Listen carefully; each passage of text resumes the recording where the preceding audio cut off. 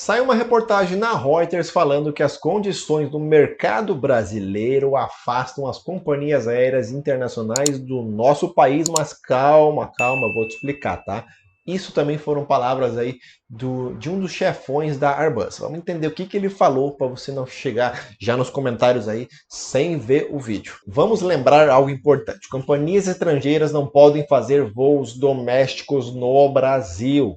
Beleza, isso já é uma discussão antiga que chegou aí para alguns políticos também lá em Brasília. Só que um dos principais motivos, o que você acha que é?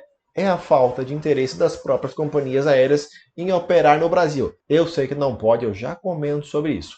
Ou você acha que uma Ryanair da vida não iria se interessar em voar num país com 200 milhões de pessoas? Gente, relembrar aqui para você não comentar errado, tá? Estamos falando de voos domésticos dentro do Brasil, não de voos internacionais saindo do Brasil ou chegando ao Brasil. Beleza? Deu para entender? Ficou super claro agora, né? Você quer um dado super interessante? Segundo o Google, em 2018 a população da Europa ficava ali em 746 milhões de habitantes. Olha só, local esse que a Ryanair opera. Opera em praticamente todos os países da Europa. Não tenho certeza, não pesquisei esse detalhe, mas também não faz muita diferença. Mas ela voa e atende milhares e milhares de pessoas.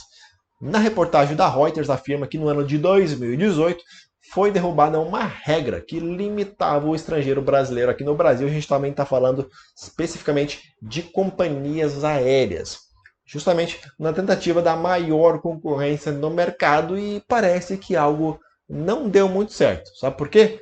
Os investidores, sempre falando de companhia aérea, que tá não só do Brasil, mas de companhia aérea, e todos os problemas do nosso país. Seria ser meio doidão em investir no nosso Brasil, sabendo que iria perder dinheiro, especialmente porque a gente paga real e muitos custos da companhia aérea são justamente o que? Em dólar. E o executivo da Airbus, Gilberto Peralta, falou na entrevista que um dos problemas é justamente o que? A incerteza jurídica. Ah, vá! Brasileiro nem gosta de processar por qualquer coisa, além do preço do combustível, que eu fiquei imaginando. Você jura que no Brasil o preço é injusto do que tem muitos impostos?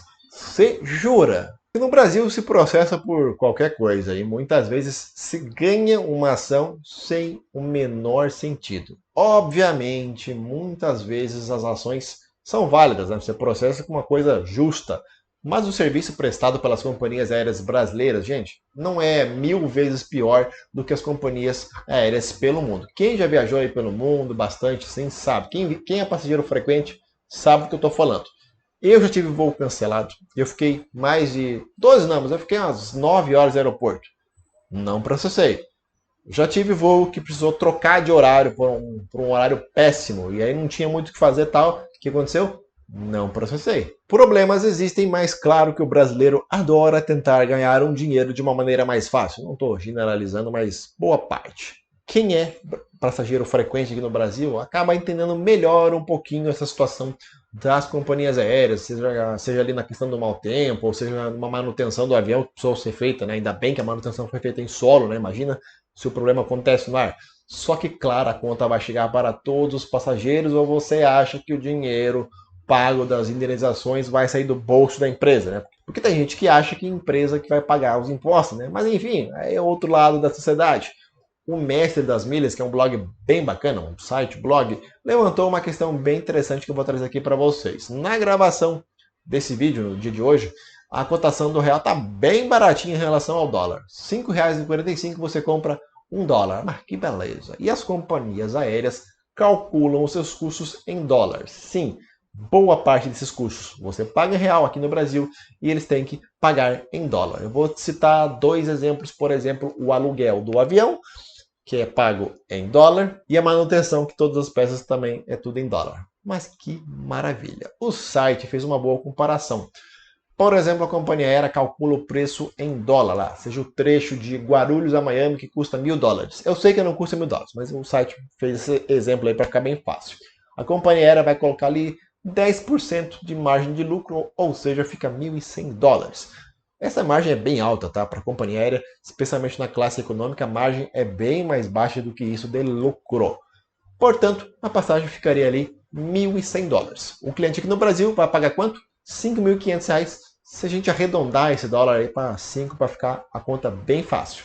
Mas se o dólar cair para R$ 4, a tendência é que a companhia aérea continue cobrando os R$ 5.500 na passagem. Ah, mas eles são capitalistas, malvadões, que não sei o quê. Gente, eles estão maximizando os lucros da empresa. Isso não acontece só no Brasil, isso é o capitalismo, acontece no mundo inteiro. Simples. Se tem gente que vai continuar pagando R$ 5.500, por que eles vão baixar para R$ 4.400? A conta é simples.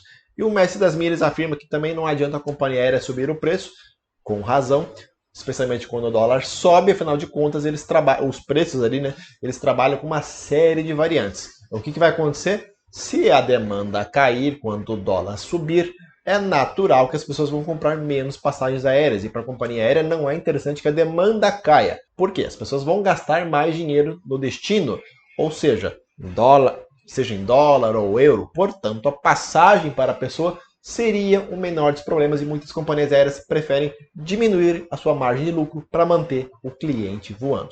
E isso é capitalismo, né? Porque para uns a economia está bombando. Já por outro lado, as companhias aéreas estrangeiras nunca tiveram o real interesse de operar voos domésticos aqui no Brasil. Já tiveram algumas conversas, mas nunca foi para frente. A lei também não permite que isso aconteça ainda. Algumas companhias aéreas estão voltando com voos para o Brasil, como por exemplo a Royal Air Maroc, os voos para Marrocos e as suas conexões, seja para a Europa, para a Ásia, para onde a Royal Air Maroc for voar. Mas isso não significa que o mercado brasileiro traga muitas vantagens para a companhia aérea. É óbvio que para a Royal Air Maroc o interesse dela é vir para cá para ter lucro, mas não é o point da empresa. Nosso Brasil tem 200 milhões de pessoas e 3 grandes empresas apenas. É muito pouco.